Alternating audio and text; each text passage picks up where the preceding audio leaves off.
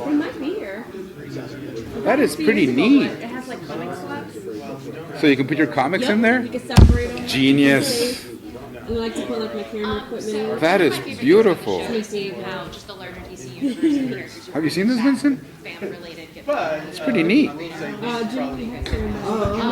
What can you get into? Great. It's like my favorite guy.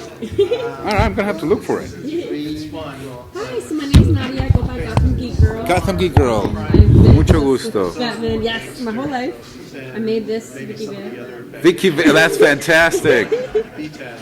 And you have Selena on your phone. Yeah, I'm a little bit of a Batman. Perfecto. Just a little bit. No, I understand. Me too. Well, I'm super excited to talk with you because this is such a unique take on Batman. So I'm here with Juan Meza-Leon, director of the Aztec Batman Clash of the Empire. See. So it's super cool because it's set in the Aztec Empire, 16th century. It's a young Aztec boy who becomes a vigilante. There's conquistadors. It's such a unique concept for Batman. We haven't really seen anything like this. Right. What references were used for the design and the animation? Well, definitely we had to look at a lot of Mesoamerican armor and Aztec warrior, I guess, costumes to kind of get the aesthetics of what it was. Because I wanted to really have the essence of what an Aztec warrior looked like. So that's why the whole thing of, if you ever looked at like a jaguar soldier or an eagle soldier, they have like more than a mask, it's like a helmet, it's like, so let's go with the helmet thing, because I didn't want to have a Batman that just Batman with feathers. No, that's boring. So let's really create a design and a look that really feels organic to that time period, so at the time in Mesoamerica, in the Mexica culture, there was no metal, there was no gunpowder, nothing like that.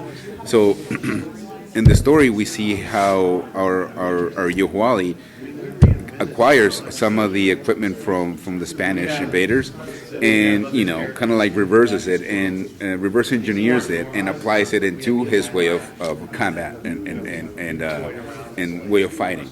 So he reinterpreted their armor and made it his own, and fit that motif of being a Mexica and Aztec warrior. But also, with the villains, we wanted to essentially capture the essence of each one of the characters. Like, even if we're not calling them, Harvey Dent or Two-Face or anything like that, visually, in silhouette and in design, we try to capture the spirit of it. And one thing that allowed us also, was to mix mash certain designs. Like, for example, when you see the movie, you see Cortez has also like a mask. So not only does he represent a little bit of Two-Face, but also kind of hints at like Deathstroke, another DC villain that has to do with the Batman universe. So yeah, we definitely took inspiration from the comic books, obviously, the animated series, the animated movies, and doing the research with how the armor and the designs were of that period, trying to mishmash and come up with a whole new look where organically fusing them together. I think it was fun and it was a great challenge, and people seem to like it. Super exciting. And you've worked on versatile projects as a director as well. Yeah. And like Harley Quinn, Rick and Morty, Ninja Turtles. Yes. And this is the first team up we saw with Mexico's Anima. Anima Studios. Yes. And as a Batman fan and incorporating the mythology of the Aztec Empire, what kind of challenges did you face bringing this? Did you have any pushback bringing this, or were they always along? No. I think from the very beginning, when we pitched the idea to Warner Brothers, they were a little bit blown away, because Ernie Outbacker and I, we try to craft a really solid, organic, palpable world where all these Batman DC characters existed, and we had the idea of like creating a Mesoamerican version of that. So we didn't really have much pushback at all. Warner Brothers was very, very supportive of the project. In fact, they were the ones that insisted that the movie was done in Spanish with Mexican and Latin American artists. So that's the first time that Anima Studio has. In fact, they're the ones that pitched me the idea when they came looking for me. So we're like, we have this idea called Batman Azteca. We want to pitch it to Warner Brothers, and we would like for you to, to helm it. I'm like, oh, geez, because of the background of Harley Quinn, my background in Warner Brothers. So when we pitched them the idea, it was great. They liked it. And then now it was the task of actually making it happen now, So we did have a researcher that would help us with all these details of Mesoamerican culture so that we can incorporate it into the story.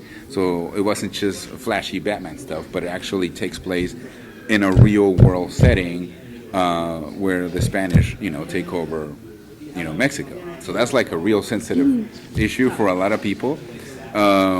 But I think it's a good way to introduce a whole new generation of the history and the roots of where they come from.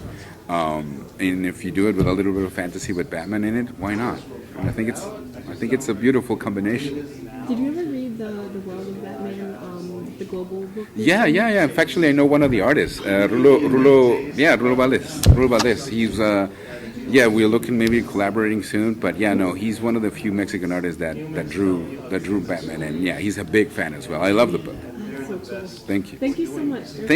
Thank you very much. Put your trust in me. Cortez must stand and face my vengeance.